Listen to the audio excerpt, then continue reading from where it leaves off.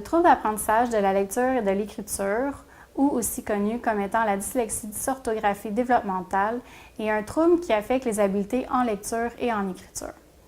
Ces habiletés sont significativement inférieures à l'âge chronologique de l'enfant ainsi qu'à son potentiel intellectuel, qui est mesuré par l'entremise de tests standardisés lors d'une évaluation approfondie. Les difficultés notées interfèrent avec la réussite scolaire de l'enfant et sont résistantes aux interventions.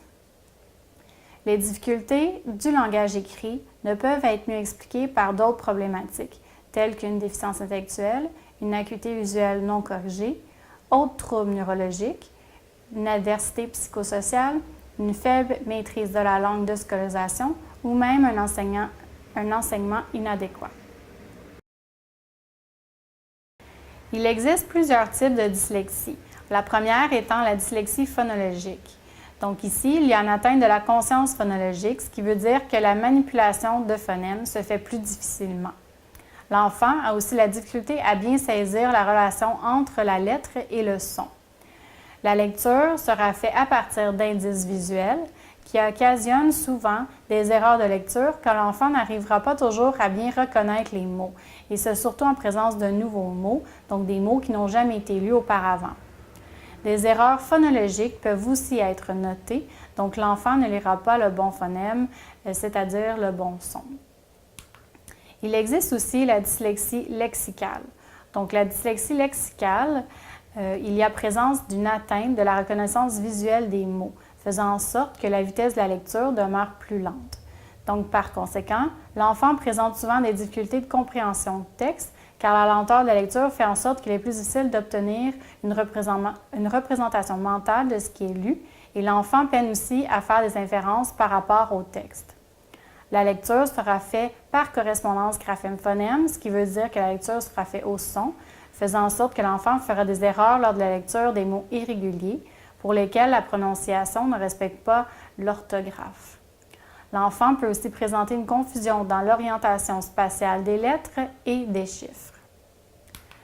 Finalement, il existe la dyslexie mixte, pour laquelle l'enfant présentera des éléments de chacune des symptomatologies.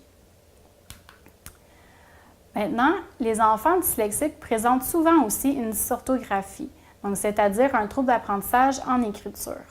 Le patron d'erreur dans la dysorthographie peut être similaire à celui retrouvé dans la dyslexie phonologique ou lexicale. Toutefois, les erreurs sont souvent plus variées.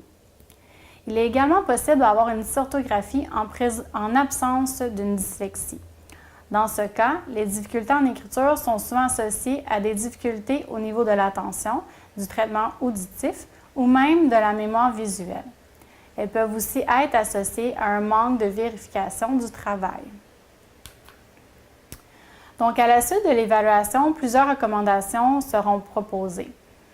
Donc, d'abord, il est essentiel que le jeune soit suivi en orthophonie ou en orthopédagogie individuellement et sur une base régulière, pour tenter d'améliorer les habiletés en lecture et en écriture et pour que l'enfant apprenne des stratégies pour faciliter la compréhension de texte.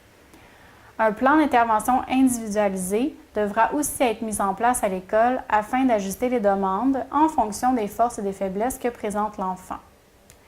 Il sera aussi nécessaire de permettre à l'enfant de faire l'usage de mesures particulières, comme par exemple avoir un temps supplémentaire pour faire les travaux scolaires en classe, ou l'usage aussi de supports informatiques tels que l'usage de dictionnaires électroniques, correcteurs syntaxiques et même des guides linguistiques.